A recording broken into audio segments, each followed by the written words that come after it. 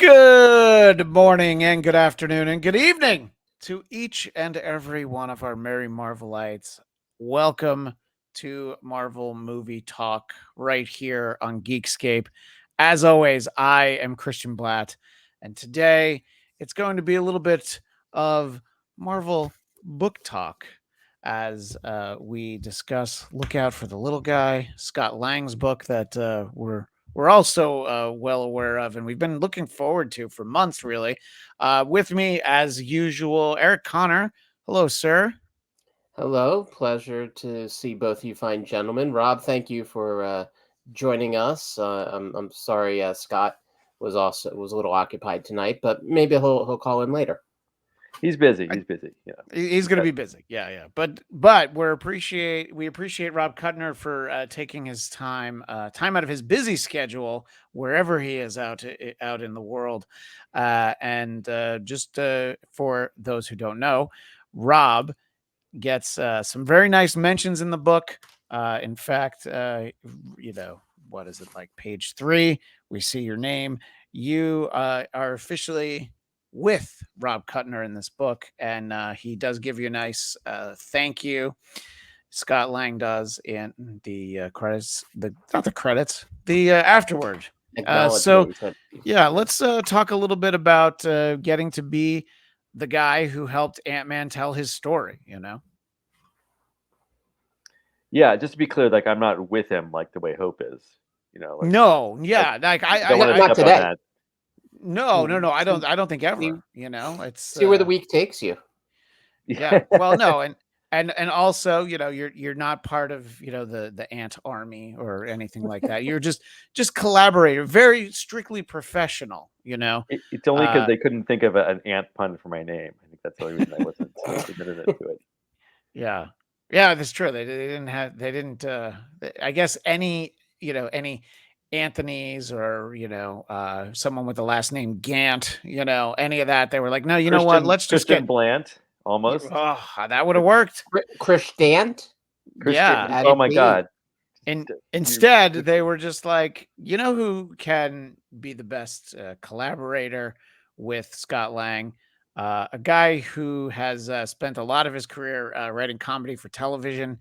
And, you might not have been who I would have said, Stephen Strange is writing a book. Let's send Rob over there. I'd probably say somebody else.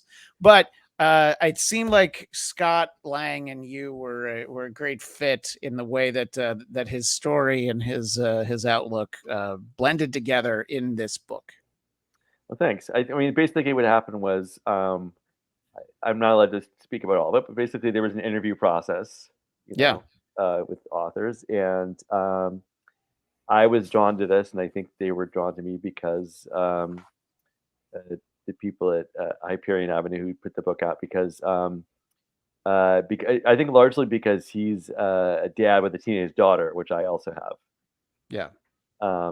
Cassie, of course, and I have a 15-year-old daughter now, and also like has been through a couple of stages of life, not as many dramatic stages as he's been through, of course, but different. Yeah, well, Rob, your record's been expunged, so we actually don't have to talk about the hard time that you did. Listen, those years I spent in the raft were they're still traumatizing for me. Right. Yeah. So and I think that I think he has like Scott has such an interesting perspective on a lot of things that I think is really different than a lot of the other superheroes in the MCU, just because he was sort of a kind of a geeky, really sort of everyman who faced some moral dilemmas and has had some very dramatic, shifts in his life and all that stuff, and still kind of not really, even though he's like very confident about his powers and he did, by the way, save the universe. Yeah.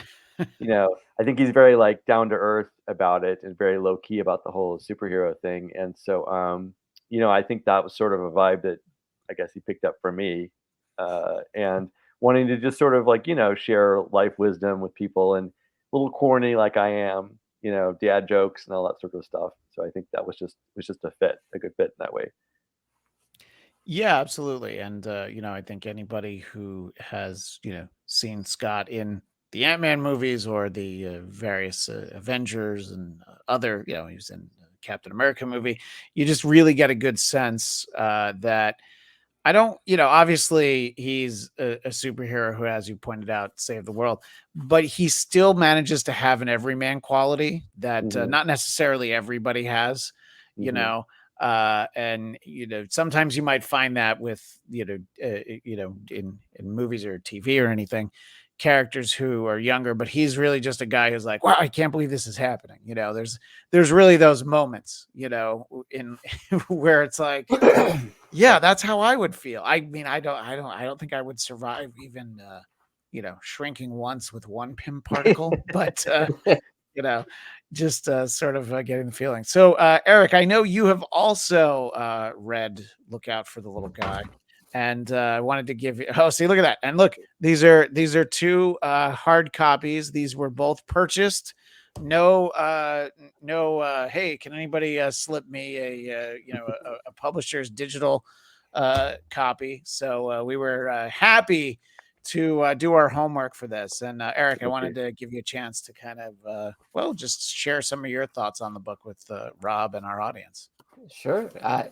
Well, one thing I really enjoyed up front, and it really this was like the first several chapters of this book was like the life lessons. I found that actually, I, dare I say, moving. Like your work with Scott. I feel like you found a way to sort of do a book that almost comes close to being self help, but never in a way that felt preachy or cheesy. And some of this, even for me as I'm reading it, like there was the idea of like how did Scott kind of go through 2 years of house arrest, and there's a whole chapter about sort of almost like life hacks for dealing with that. And I was curious, like, for yourself, Robin, in your work on this book, like, did this come, like, was any of this something you did during COVID? As far as these like life lessons you guys included in this book, just kind of curious, what was the trigger for that? Was that part of your pitch even when you were going to work with him, as far as like, this might be an interesting angle to take the book? Yeah, it's so funny because all that stuff that happened to him before the Civil War, for that Civil War was, yeah, it was before all the COVID stuff, but yeah, the book Yeah. was, a lot of it was written during that, and I think I was really, I really related to that because, I have 2 kids. The teens are in the little one, and it's like just finding things to, Christian, I know you do well. So, finding stuff to do with them when you're just trapped. Yeah. And you know, just for the way of explanation, Eric also has 2 kids. You've got 2 boys, oh my and gosh, all the more so, right? yeah. Right, exactly. And my kids were little. My son was 5 and my daughter was like 2.5. So it was a little Oh bit boy. easier in some ways, but it, it was a lot harder in others. And it was an interesting time in the sense that basically right when my son discovered maps in the globe and wanted to Oh travel the no. world, it was like, yeah, so we can't leave Burbank, specifically like this half mile. So but let's But here's let's Google Maps and Google yeah, Earth, and my God, it's like you're actually there. right, exactly. It's just So, nice because it's like, I think Scott learned this too, and I think just, like, looking back on it, like, he tries to find a positive in everything, even some pretty, that was one of the less harrowing things, but he tries to find a positive in everything, which I think is sort of, like, kind of a way, as much a part of his heroism as the actual, like, physical daring do he does, just to, like, turn some of the shit the world throws at you into, like, "Oh, well, I can," except for he doesn't actually like lemons and lemonade, but, um Nor do the ants. no, no, ants definitely don't, but maybe he really identifies with them. But I think that was one of the things about COVID is like looking back on it now, of course, not counting all the people who died and are suffering long COVID, but those of us who had the sort of humdrum existence and going through it, just like there was a lot of silver linings to it, like that you can find if you're willing to look for them. Um, so be getting creative about entertaining your kids. Christian, you'll appreciate this. My wife Cheryl, who you work with, sure. that's how we know each other. we had Mother's Day during COVID, and the kids and I came up with this idea, which was sort of reminiscent, I think, of what Scott did with Cassie. We're creating all these worlds out of cardboard boxes for her, as we saw in the movie as well. But like, so we created a whole like tour of LA for my wife for Mother's Day inside the house of all her favorite places. So like, we made a little Trader Joe's, we made a little Pete's Coffee sign in front out next to the coffee maker. We like took her on the tour. The kids put like animals out in one of their rooms, and it was the LA Zoo, where they printed out the logos of all these places. The best was we did the Griffith Observatory, and we went into a closet and did one of those pinhole cameras with like stars and the thing, and like played a little, like we made a recording of like one of those little audio shows you'd have about like the stars above us, all that stuff. So like we just try to recreate sort of a little world inside our home, which I think is sort of what Scott was doing with Cassie during that time as well. And then also the stuff about like staying in better contact with people. I think like he was sort of like so physically sequestered that he like made an effort to like reach out to all these people that he'd met in like the superhero world, and you know Luis and everybody and all these people. Like he made more of an effort. Like we in our modern urban life get so wrapped up in like the stuff that we stop making contact with people. You have to work at it. It's work to like keep your friendship networks going. I think we're all really busy. So that sort of being stuck in one place, like kind of like focuses efforts on like, reconnecting with people and making that more of a deliberate choice in his life, which I think is something that a lot of us were like, a lot of people were doing family Zooms like I was doing, or maybe reaching out to people internationally and like making more connections, or even activities we normally did in person, like you would do now, you would sort of do with people across the country that you might know. You might like I started a book group with, some friends of mine in 4 different cities. So, I mean, those are some, if you can say like positive things that came out of the experience of being confined. Yeah, no, and the interesting thing was, sort of the advent of platforms like Zoom or StreamYard, which we're using right now. I found myself streaming a lot more because it was a great Yeah. way to connect with people, and the reach was there. There was an audience that was like, "Oh, hey, this is happening," and I also found that a lot of authors, musicians, comedians, everybody was available. Right. Yeah. It was Right. like you'd Right. reach out to publicists and be like, "Oh yeah, they can't do that day." All right, but when can they do? Oh, like the next day, because it was like That's awesome. nobody was going anywhere. And yeah, so I really started doing a lot more in the townhouse I was living in the time. There was, in the back of the garage, there was this soundproof room, which we affectionately and jokingly, as far as the authorities know, called the murder room, because you couldn't hear anything from outside that door, and it was perfect for podcasting, except for the fact that it was very dark. But we worked it out, and yeah, it's obviously the advantage, of course, is that we were allowed to leave the house. We just weren't really supposed to, go to fun places. But yeah, we would take the kids out and walk. And it's funny that you talk about Mother's Day, because you reminded me, I'd forgotten that we did that Mother's Day 2020. I thought that the gift that I could give my wife was to give her some time alone in the house, while also picking up some delicious home style cooking. So I drove out to Rialto and got Cracker Barrel to go, because that was the closest one. And at that point, just a couple months into COVID, I think I got to Rialto in like 40 minutes. So Wow. it still Yeah. was pretty good, and the kids got a nice long nap. And it's interesting because I had the same thought Eric did. It just kind of reminded me of like, oh yeah, you really come up with some ways to be inventive. Now, I did not come up with things like Scott did, which would be, I think we've done dinner at home. We've done breakfast for dinner, but I've never done dinner for breakfast, and I feel like I'm missing out. Maybe I guess as a younger man, you have cold You pizza never for had a morning breakfast. steak? No, well, steak and eggs, I guess, is a thing, but I don't know.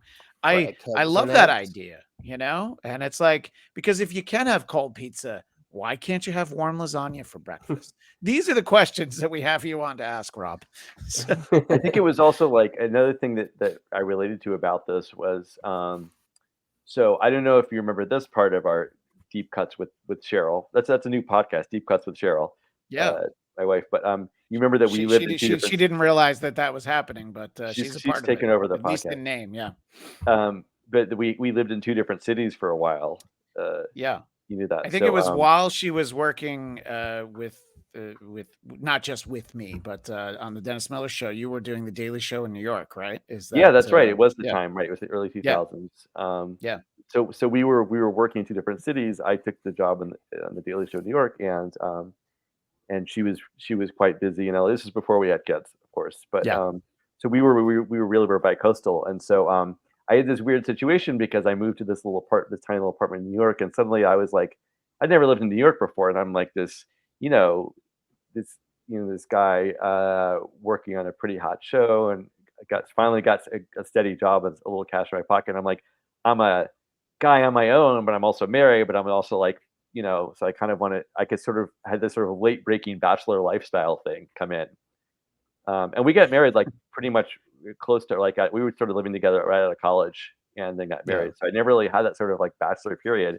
And so now I'm like, in my early 30s, and I'm like, well, who says I have to eat, lunch in the middle of the day or dinner at dinner time and that sort of thing. And so there's this whole like inventiveness about your life that I think is also like what was going on during the house arrest. Yeah, and obviously the differences between New York and Los Angeles have not been chronicled nearly enough. So I'm gonna weigh in with that. But what I did find is, you move out here. I moved out here 20 years ago. Going back to New York, you kind of remember and like, oh yeah, you can just be really irresponsible because you don't have to drive home. So it's like it's like 3 a.m. and it's like, hey man, I gotta go.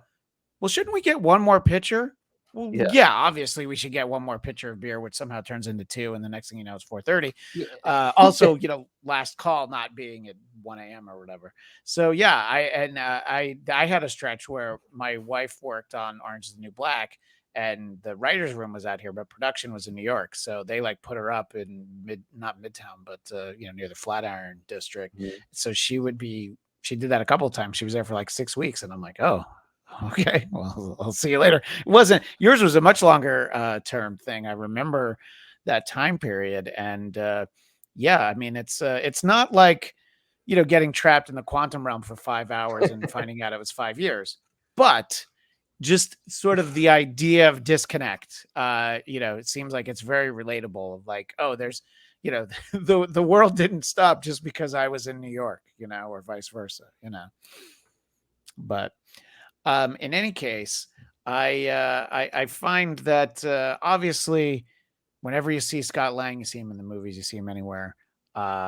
He's a very likable guy, and this just reinforces that. Sort of like what you were saying, Eric. Some of his observations on life, and I'm like, oh, I was expecting to get a lot of his perspective on superhero adventures and what's it like to meet the other Avengers. But then there really is like the legitimate life stuff that comes in there that I guess I should have expected it, but I didn't really, and I think that's what you were saying earlier, right, Eric?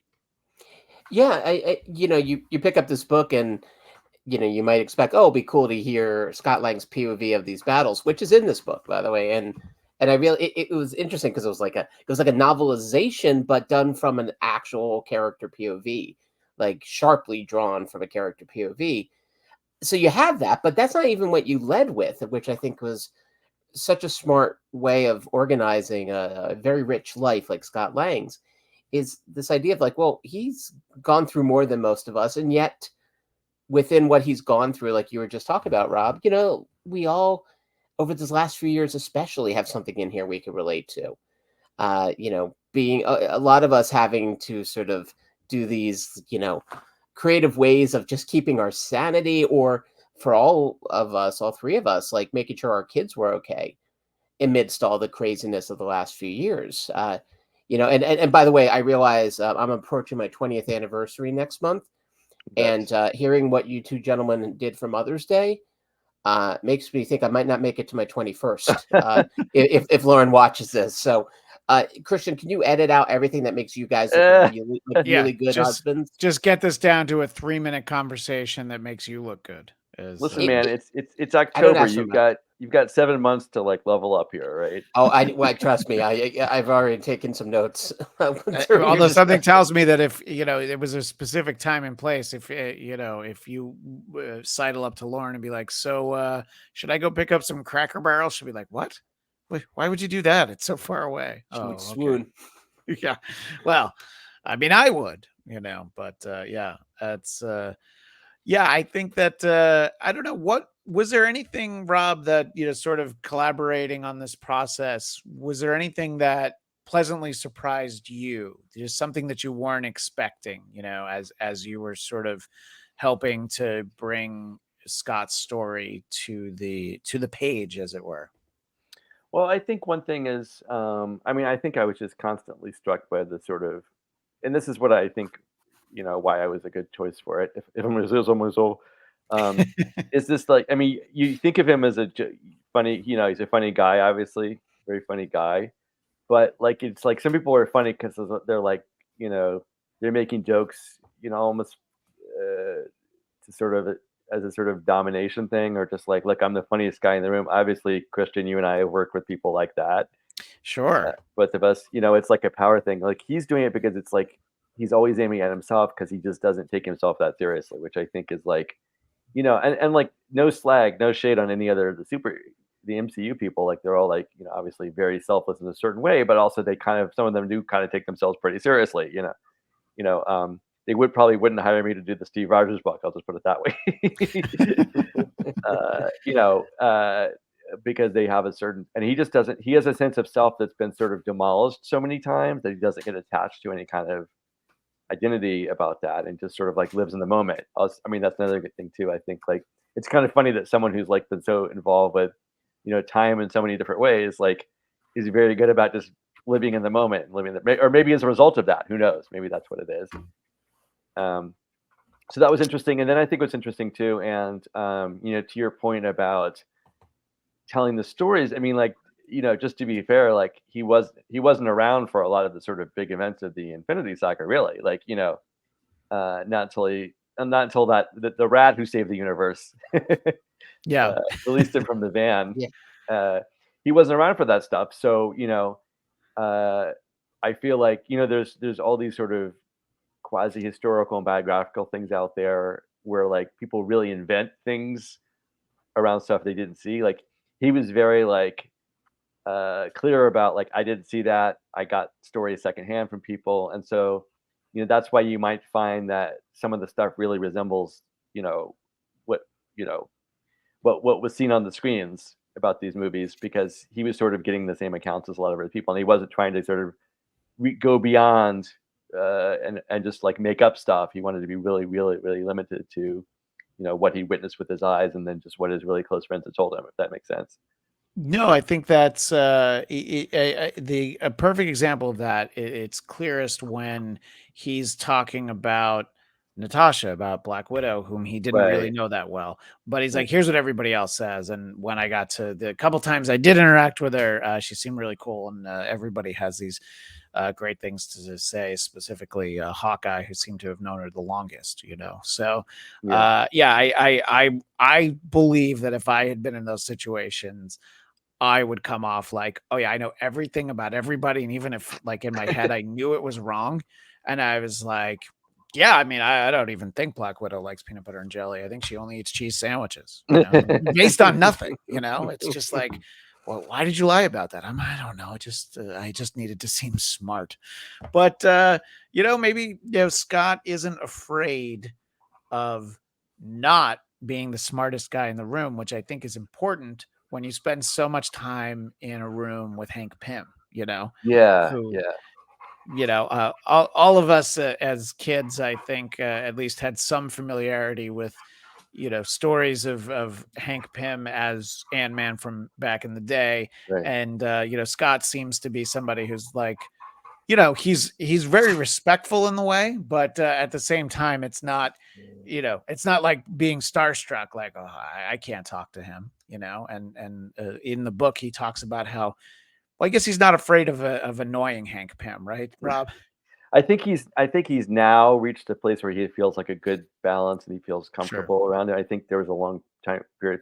I mean, this is tangled up with like, it's his girlfriend's dad, so it's like you've got that whole like, get away from my daughter, get off my lawn. You got that whole like element of like, I don't want to mess this up, So I think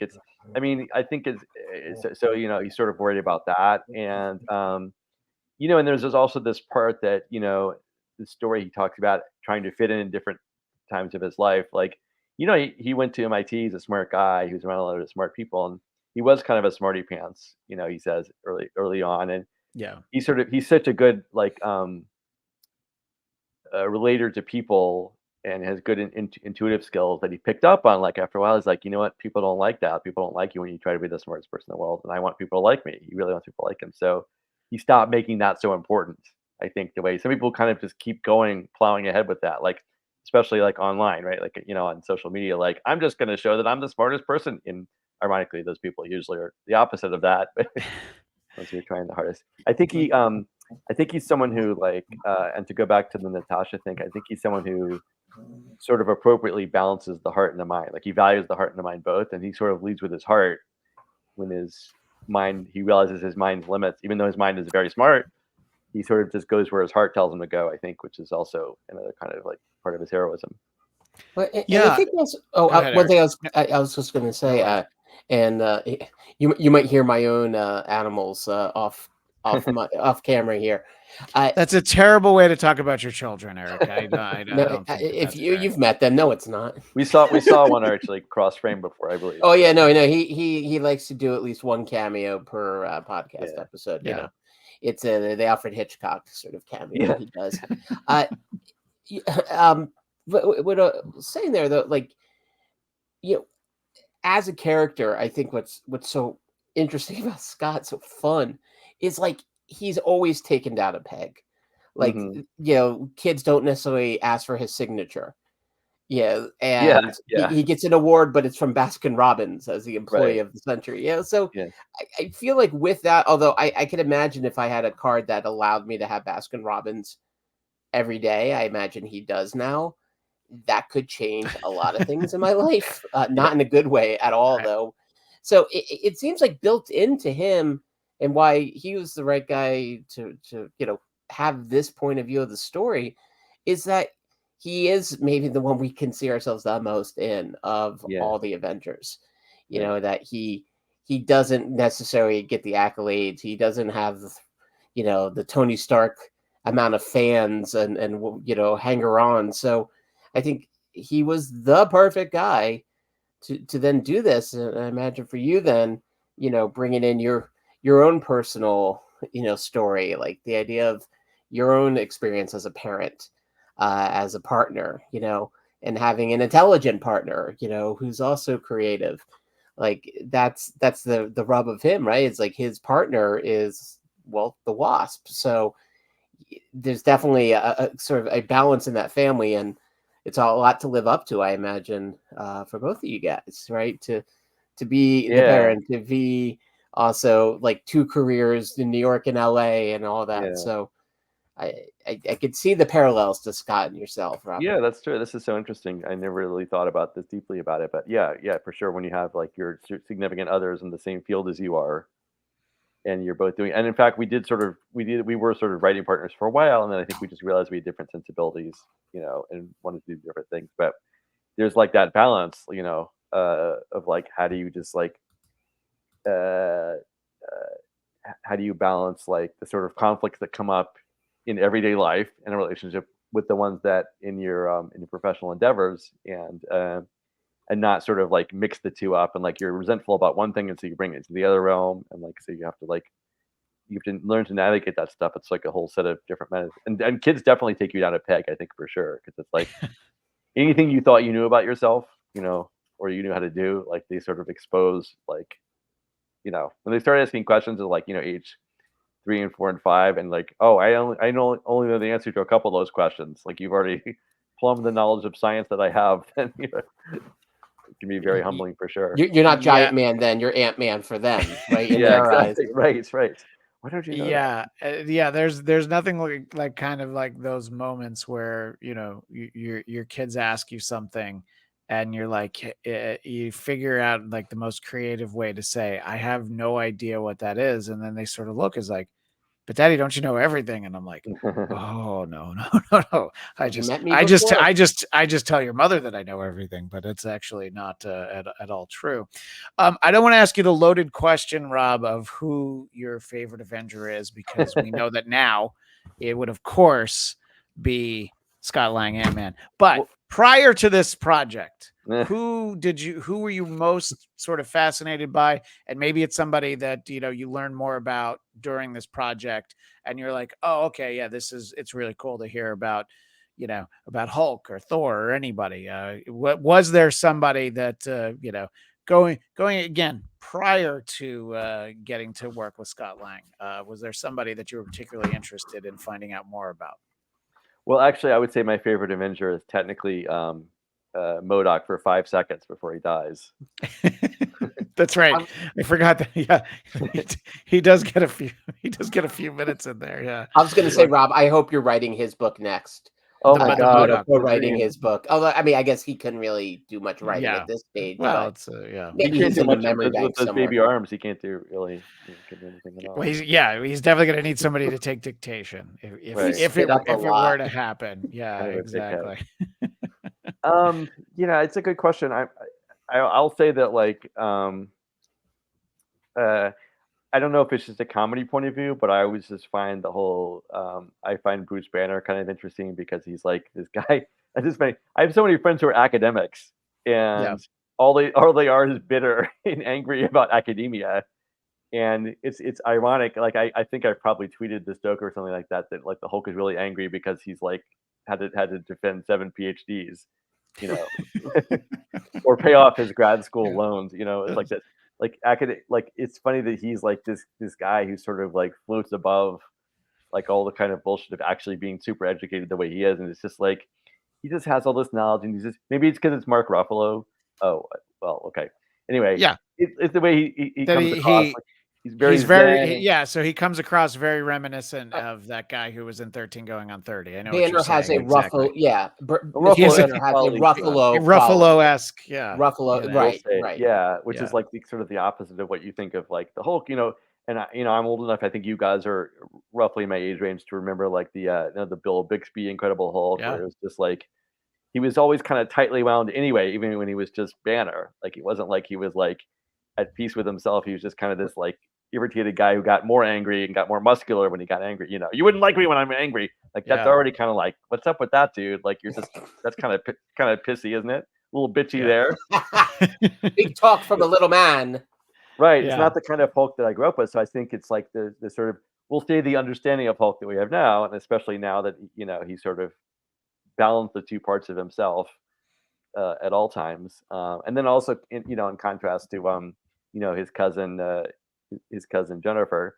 Yeah. You know she's got a whole different vibe about anger and dealing with that, but so I guess I find that intriguing, and you know, also someone who's I would say struggles with my own anger issues, maybe perhaps around my kids and that sort of stuff as well, and tempers. I think that's sort of something that's in a way kind of more relatable, or at least really interesting, relatable to me among all those characters. You know, they all have like things that are interesting, but like just on a personal level, like that balance of anger and calm and control and No, I mean the you know the dual nature of the Hulk living with inside, and very recently on this show, just a couple weeks ago, Eric and our other co-host Michael, we were joined by Kenneth Johnson, who he created the. I love that. I love that show. Yeah, he did the so 70s. He did the 70s Hulk show, and earlier in the year, I had talked to him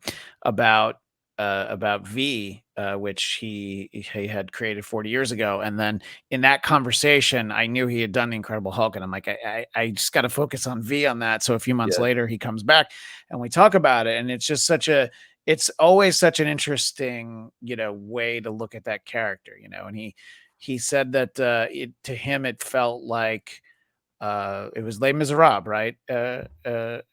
Eric, that the that was idea that his he's like on the run, inspiration. and Javert is trying to find find Jean Valjean, and it's just like, oh, it's such like a smart intellectual way to look at it.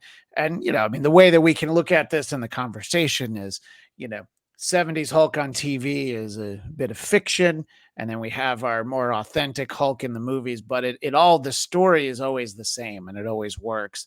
And it was just so interesting to talk to him. And I mean, this is a guy who was able to tell 85 hours worth of Hulk stories on television, and we barely scratched the surface. So I do agree that is such an interesting character, and just getting to see him and sort of the evolution of him. And I know that Scott talks about it in the book, sort of when he gets to that point where he is now, that he's smart Hulk all the time.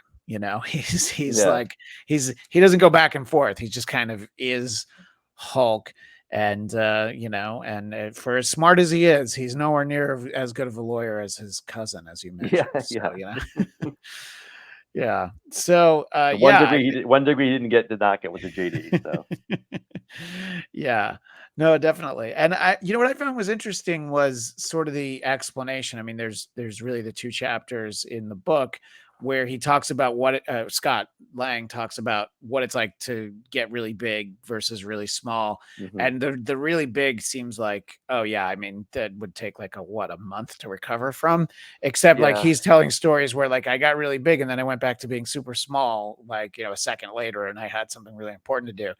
I'm like, oh, it's just exhausting to think about, changing size and all of that. And just, the vantage point of, looking down on something. And then it's like, you're like looking up at a boot and hoping you don't get crushed, So just that perspective. And I don't know. I mean, Scott Lang being somebody who really kind of sees it all from all these different viewpoints, it's and really quickly, like switching from one to the other, like you said, like again, like Yeah. I think that just sort of speaks to like I think this, even though I say he doesn't take himself seriously, he also at the same time has this like in the good way a sort of confidence or or sense of self that enables that to because like that would just freak a lot of people and myself included out, I think, to be shifting perspective that. But I think maybe just because he's been buffeted around so much, he's like, I Yeah. know who I am, I know it's important. Spoiler alert, it's Cassie. I know Yeah. it's most important. I know how close I've come to not having those things, and so if I hold on to those things, uh, uh, that's I can hold on to that like all the time, and that's how it doesn't. I don't let the stuff get to me. I don't let the I don't sweat the small stuff or the big stuff. Right. Yeah. And, obviously, Scott doesn't have unlimited time. So I'm sure part of your preparation for, fleshing this out was actually going back and rewatching the movies. Was it one of those things where you spent weeks like, all right, I'm watching Civil War for the 5th time today. And, and your wife Cheryl would come in and be like, really? Again? The airport? Okay, I guess. Sure, you're writing a book. Yeah. Yeah. Right. I'm writing a book. Right. Yeah. Well, it was interesting because I got to I watched before I even like had the interview for it. Like I watched everything he was in with my family, and actually my son who's now 10, like he'd only seen some of the movies and stuff, so it was like and Cheryl hadn't seen any of them, or Cheryl had seen a few of them, but she hadn't seen like the Infinity Saga and stuff. So sitting and watching with all of them was kind of a very cool experience because like you also see like how it was all stitched together. How kept I know some of it wasn't all planned, but like you can just see that all the pieces were used, from the past. Like even in the original Ant-Man, like the quantum realm stuff, like how that became so important. But it was like, Yeah. just sort of just kind of a third act, really, like just sort of a place to go in the third act, and then it became so instrumental to the whole story of it, like how those things were kind of planted early on. That was cool, and then also like yes, going back especially in this also just gave me new appreciation for like his perspective on things because like those battles, any of the battles he's in, especially the Civil War ones, where it's like one minute you're fighting Spider-Man and then you're fighting, and then Vision is passing through you and then and then you're suddenly big and then like all this stuff is happening from every angle so fast, different sizes with like people you idolize. Like I'm just amazed at like the sort of recall he had he was able to hold on to all those experiences, I think, and recount them because again, like so he's so grounded, like that he can sort of like instead of just being overwhelmed by things, he just sort of stays who he is. But a part of this book that I would have loved to see more of in the I, I guess historical documents such as Ant-Man 1 and Ant-Man and the Wasp. Hmm. The sort of trial and error and him practicing and learning. Now they Hmm. have some of that in Ant-Man 1, but I really liked the details here too of like I got a little scared. Okay, I'm big again. All right, I'm out. And there's too many ants. I gotta be big. Yeah. Yeah. and one of my favorite Ant-Man moments in any of the movies was, I believe, the second one when he's almost like not to proportion, Hmm. where he's not small, but he's not big, so he Hmm. kind of looks like a kid, except his appendages don't quite match. And that to me is the thing I'd be so terrified of. Isn't so much the am I big, am I small, but rather did I keep this massive head of mine large, and now it's on a very tiny little body, like a character. Body self-consciousness, right. Yeah, that would be Well, stuff. again, The middle. MODOK seems to be fine with that, but Yeah. Okay, we were having my hero. No. we were having a discussion over dinner, my sons and I, about MODOK, and one of them might have been less than positive about the effect of the face, and I said no, that was exactly how MODOK should look. Like MODOK's a effed up dude, and that face, the quite way plausible, was perfect, and his sad goodbye was surprising, managed to be hysterical and poignant, and that's a hard thing to balance, is something so broadly comedic that actually has a moment of emotion too. It really was very touching. I think as far as your other question about like, I tried to shed a little bit of light on that with like when he first is trying to learn to get the ants to respect him. That was a story that the world had not really seen before that he shared with me, and in some ways that was kind of a parallel to parenting as well, because like ultimately it was like, you're this big strong dude, you can physically manhandle your kids, but you're not going to get them to love and respect you and be kids you have a good relationship with if you just like throw your weight around. The whole because I said so thing that like 50s dads did, that doesn't really fly. It doesn't really lead to a good relationship, and so he had to learn to sort of you can't quite be one with your kids, but you can sort of try to like get on their level and see things the way they do. I think that was sort of a thing for me. I think was what was interesting too, that's peculiar to Scott, was there wasn't as much dwelling as you might have thought on the failures, the various experiments. He alludes to them a lot and stuff about how it was hard, when he tried it out at Hank's lab. But I think that's just part of his persona, is like, if I did a tell all about how hard it was being Ant-Man and how many times we effed up and everything, like that's just not his vibe. Like he's like, why live in like the negativity? He's like, I figured it out. Some of it sucked, but I moved forward and great things came out of that. I think that's sort of his like approach to life that he wants to share with us, I think, as opposed to like, he could have really like spilled the tea on like, how many bizarre and terrible things he went through mastering the Ant-Man suit and stuff like that. But instead, he's a very looking forward kind of guy, I guess is what I'm saying. Well, there's so much positivity where he's even, multiple times he mentions like, boy, it would have been great to have, not been in San Quentin for a couple of years, but then he wouldn't have met his best friend. Oh, I wish I hadn't gotten trapped in the quantum realm, but then because I did, I was able to come up with this idea, so there's always like it happens for a reason. And boy, it was terrible at the time. And it's again, it's like, it's hard to imagine getting over just really one of those things that he had to overcome. Yeah, right. Now he can hotwire a car. I think that right. That's a great that alone. I think that you had to ask this question earlier. That was one of the things that struck me, was like, if it just been working with him, it's like it just been one of those things that would have been. Some people would have made a whole book out of just one of those things happening to them, right? So. Yeah, no, exactly. Rob, I was curious. Sorry, Christian. No, go ahead. What did you learn from Scott? I think I've mentioned some of them already. I think a little bit about it's hard for me working as a Hollywood writer not to dwell on the past and not to dwell on like all the shitty, the could have beens, why didn't I get that? Why did that other person get that? There's so Yeah. many things that we all have those things in our past. I think if you work in entertainment, and that's something I need to work on, I think. And I think the things that happened have been, I hate to say outsized, have been so dramatic, that I figured, like, if he can do that, like, then I think that's something that I can learn from as well. Just keep looking forward. Um, I think, also, again, like, as parents, sometimes we think of course we love our kids, but also, like, sometimes they're the bane of our existence. Let's just be honest. Like, and that's because we've, knock on wood, never had to be really disconnected or separated from our kids, or like not have them around, or just be isolated from them the way that Scott was a couple of times with Cassie. So I think you really appreciate, like, how important that bond is. I think I've appreciated that more with my own kids. Like, just feeling the poignancy of all the different times he couldn't be close to Cassie when he wanted to be. Like, that just sort of made me able to tolerate, I think, the rough waters that come a lot with especially teenage Yeah. daughter.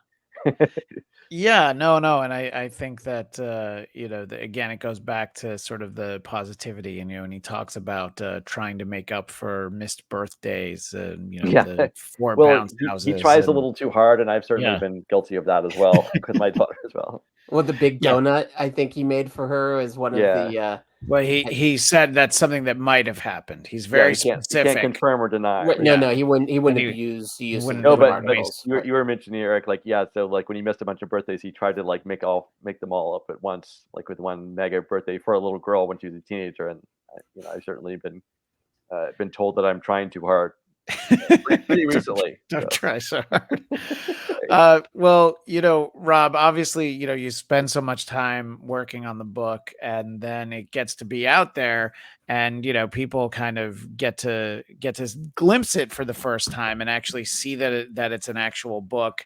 Yeah. In the third Ant-Man movie, and Scott does some promotion for it, and it must have been exciting for you. But my understanding was that it wasn't apparent right away that it was a real book, and I don't think that you were saying right away that you had worked on it with him, because I remember you posting about something, and I was like, oh, and I think I even commented, I was like, oh yeah, it's going to be a real book, as they say it's going to be out, and then, like, later I'm like, oh yeah, obviously he knew that.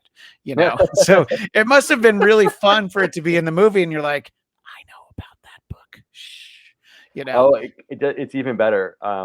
I took my son to the premiere of the movie, and you remember in Quantumania, I remember at the very end, when finally, like, Hank gives him his due, and he goes, you know what? You're a hell of a writer, when he quotes something from the book. Yeah. And my son whispered, he said, he's talking about you. Oh, that's great. So Oh my gosh. that was pretty Hank Pym satisfying. loves me. I was He just really gonna loves say I me. Hank know, Pym finally. thinks that you're a writer. So yeah, that must have that definitely must have been It's fun. been really fun. It's been really fun. And yeah, I was sort of, I think, out of deference to Scott, to not draw attention from him, I was supposed to sort of, like, keep it under wraps for a while until it was a Well, real book. and that's why when I opened it, I was glad to see the fact that your name is there, with Rob Kutner, and not just like way in the back, thanks to 100 people, and you're just there, alphabetically with the case, because Well, this was a discussion that we had, yeah, so about how to do that. And so I think that was the compromise we landed on. Eh, It's like put him on the cover front and center, and then just sort of mention me. or is that you on his shoulder? Is that actually oh, that's a you? Yeah, great And that's a my great friend question. my friend photoshopped me in that exact thing for me. That was really fun. Yeah. That would have been You great. can't it's Yeah. tell totally, under it's the helmet, totally your right? build. Yeah, you seem very. I mean, I'm I'm only I'm seeing you from super here jacked, up, but actually. You can't see this on camera right now, but I'm super jacked. Well, while we're talking, and before I let you go, we're talking about the fact that it's not on the jacket for this, but Hank Pym thinks you're a great writer. So I wanted to give you a moment to talk about your other book, or at least Oh, another book, Snot, Goblins, and Other Tasteless Tales, which I believe you'll be making a very high profile elementary school appearance to talk about this book, somewhere in the vicinity of where I'm sitting right now. yeah. Who did you have to sleep with to line that up? Well, I have a guess, but so it might be it's Yeah. wrong. Somebody who brought me to 4 Emmys, but unlike some people, when they go to the Emmys, we didn't win any that I went to. But anyway, Well, okay, well, that took a turn. Uh, Yeah, didn't you get yeah, so anything from the lessons in this book, I Christian? know. Look oh, forward. look, Look no, forward to. I wasn't going to get an Emmy no matter what. I just felt like I was bad Not with luck. that attitude. It would. I didn't work on anything. That's true. Dennis Miller's CNBC show should have gotten an Emmy, but that's not what we're talking Well, I about worked on here. his HBO show, before Which that, and it was like did get Emmys. after the streak of Emmys had ended. So like, Oh, gave me just in time too. Same thing, and like they'd okay. all been Well, everyone I worked with had been. now I have to peel it back. My wife worked on Mad Men, and that's how I got to go to the Emmys. And the 4 times it didn't win were the ones we were at. So yeah. So there's something to be said for that feeling of like, Christian what's different Black in this Cloud room? Oh, it's Blatt. me. Yeah, the Blatts are dragging everybody Black down. Cloud is your new name. The Black Anyway, let's talk about Snot Goblins and other tasteless tales. Yeah, so this one I get to have my name on the front cover, and somewhere in there it says with Scott Lang. Scott Lang, yeah, just out of fairness. Covered in snot at that. Yes, exactly. Wow, I like that. That's a power zoom right there. So this is a book. This is a book for kids, like elementary school age kids, and is a collection of 5 horror comedy tales, sort of horror tropes like some mummies and vampires and ghosts and goblins and trolls, but they're all funny tales and they're all like have a heavy element of like gross out humor. So they're kind of in the vein of like the Captain Underpants Dogman books, which both of my kids enjoyed very much and read over and over again, and I was very inspired by the kind of like reckless and I think very kid-centered humor of it. Like it's really like not just inmates running the asylum, but like kids' perspective on everything. Like adults are weird and suspect, and also just like that sort of like almost forbidden quality of all the gross gooey stuff that the adults turn their noses up, but kids just really revel in that because it's like them learning about the world. So these are just funny tales about, obviously a snot goblin, like these creatures who live in your nose and come out and want to like create the mucus galactus, create a whole world of snot. Like this, it's just like just diving into all that stuff that I think my inner child never really left behind. Yeah, and by the way, my son, who's 8, is a huge fan of Dave Pilkey, who is responsible for Captain Underpants, but specifically, he loves Dogman and the Cat Kid Comic Club. He always knows like how many, like 8, 9 when they're months coming out, right? He knows when the next one's coming out. Which look, I was always that way with book series that I liked, or what day the new comics were on the rack, that sort of thing. I always knew that stuff. But and it's like, sometimes I'll like, he'll read me something from it and I'll see it, and it's like it's very reminiscent of like Mad Magazine when we were kids, where it's like it's it's subversive, it's gross, but it's not inappropriate for maybe it's inappropriate for like a 4-year-old, but at the same time you're like, oh, it's just silly, it's just gross, and it's fun, and boogers are one of many functions of the body that kids are just since time immemorial have been fascinated by. So it is fun, and it definitely seems like it's very much in that vein. So that must be fun to get to do that. And I know that over the years you've had some other books and some other stuff that you've worked on, and I know you're working on stuff for the future. So you're managing to keep busy, but obviously, if if you get a call from any of the Avengers, specifically Scott Lang, that you'll know that you need to answer it. So well, if Scott could answer the call, then so can I. Yeah, right. Exactly. It's you're never too busy for some heroing. Well, Rob, I really appreciate you taking the time, and I did enjoy reading. That's right, Scott Lang, Look Out for the Little Guy, which, as the commercial that was released after the movie, Scott saying it's a real book, and it is a real book, and I it took a little while because I think the movie was out in February, but it was very exciting. Oh, look at that! See, because I have the virtual background, I was afraid to try and show it off to the camera, but Eric is indeed showing off Yes. where Rob's name is there. You got proof. And now the key will be somebody that can have that title page signed by both. Get the Rob Kutner signature, get the Scott Lang signature, and then maybe figure out a way to get some ant footprints, in some ink. Oh, I like it. I like the way you running think. around I want Ansel Adams. That was, by Yes. the way, Oh, my you know what? I'm favorite. glad you mentioned that. Yeah, Ansel Adams Yeah. was definitely a high point for me. Rob, I don't know if you want people to be able to find any social media websites, anything like that. Please let us know. Otherwise, those are the books that we're talking about. Snot, Goblins, and of course, look out for the little guy. If you choose to not be found on social media, that is also very much understandable. Yeah, so I'm unsurprisingly I'm at robkutner.com. Updates you on all my projects and some of my past stuff. And on X, I guess it's now called. Yeah. My handle is Apocalypse How, which was the name of my first humor book. And so that's my Twitter handle. And then Threads and Instagram and all the other things. Yeah, and Apocalypse How was a while ago, right? Because I Yeah. remember having you on Dennis Miller's radio show to talk Yes. about it, and so I Yeah. remember from some time ago. And it's funny how you said that's the title of your book, your first book, so that's your social media name. And I'm at Christian DMZ because that was the premium section of the Dennis Miller website. Yeah. Was DMZ, and he was DMZ. Dennis DMZ. And it's like I could have changed it a long time ago, but then it's like, well, people know me as that. And Yeah, it's like, what's the point, right? yeah, Right. Exactly. right. Look, if I took over a major broadcast network and I could be Christian NBC, I would do it. But so far, that hasn't happened.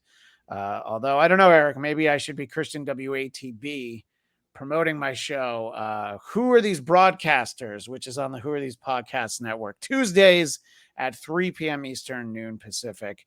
And Eric, I always like to let people know where they can find you. And it's been a little while. Where can they find your movie? Oh my, yes. Other Voices still hanging around on Amazon, looking for love.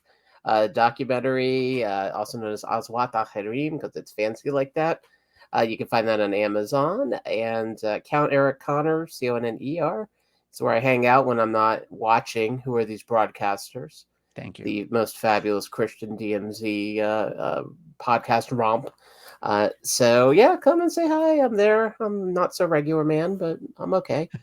And Rob, thank you again. Yeah. Once again, your work with Scott Lang taught me a lot. I found myself very moved by this book, and Right. then hearing both of you talk just makes me feel like in the husband rankings, I've gone down a little bit tonight, but that's okay. You've got room to grow. Yeah, always exactly. room You've to got grow. room to go. Sadly, And Rob, I that- really don't. That's the important It's as big thing. as I want to be. So The important thing to keep in mind, Rob, is that you made Eric feel, which he's been broken inside the whole time I've known him. So it's really, that's, it's like the Grinch, his heart grew 3 sizes that day. And speaking of evil, we'll, as always, be back on Fridays as we talk about Loki. That's noon Pacific on Fridays, 3 p.m. Eastern. So you'll see us for our next show right over there. That is all the time we have for now. Thanks again to Rob Kutner, and thanks to Scott Lang for sharing his story with him and all of us. We will see you on Friday. And as the great Stan Lee would say, Excelsior.